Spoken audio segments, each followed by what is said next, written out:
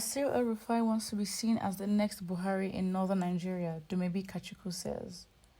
The presidential candidate of the African Democratic Congress in the 2023 general elections, Dumebi Kachuku, has alleged that the immediate past governors of Kaduna State, Nasir El-Rufai, wants to be seen as the next Muhammadu Buhari in the northern region of Nigeria. Dumebi Kachuku, who was reacting to the recent statement by Nasir El-Rufai, stated this in an exclusive interview with the Punch paper.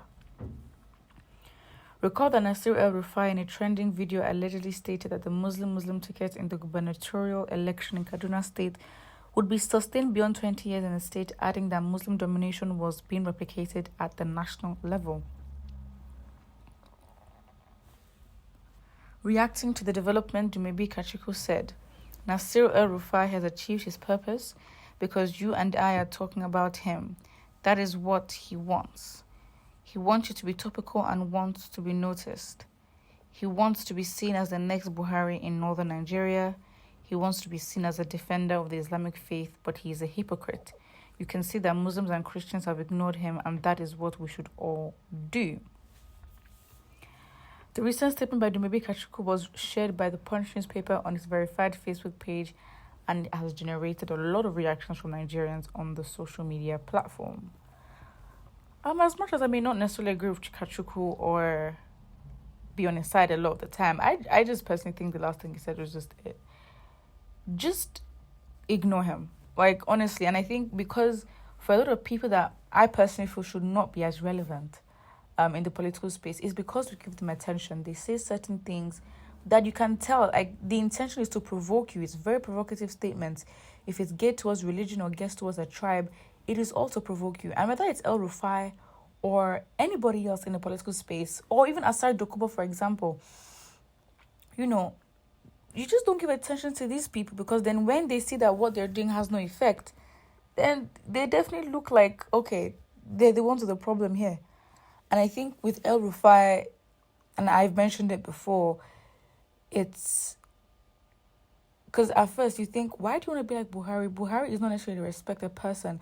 But in terms of why Buhari, especially in the north, is respected, especially regards religion, being a defender of your faith and standing up for it in spite of resistance and whatever, is something that is of value to a lot of northerners. And I think that is why, a Muslim ticket or, anything that shows upholding what the faith is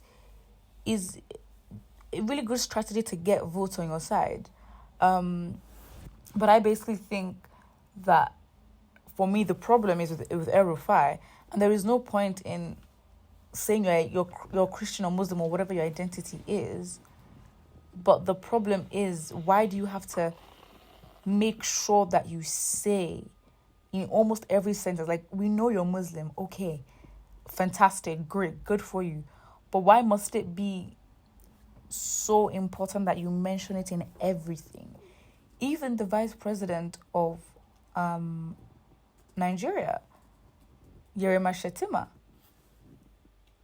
he makes his comments, he makes his speech, but every single time will say, I'm a devout Muslim, I'm upholding our faith. And I'm like, no one is fighting your faith. You're not just leading Muslims in the country. It's okay for that to be identity, but when it comes to how you will serve the people or how devoted you are, what's the point in mentioning your religion and making sure your religion doesn't die down? Like, what are you defending your religion against in Nigeria? Come on now.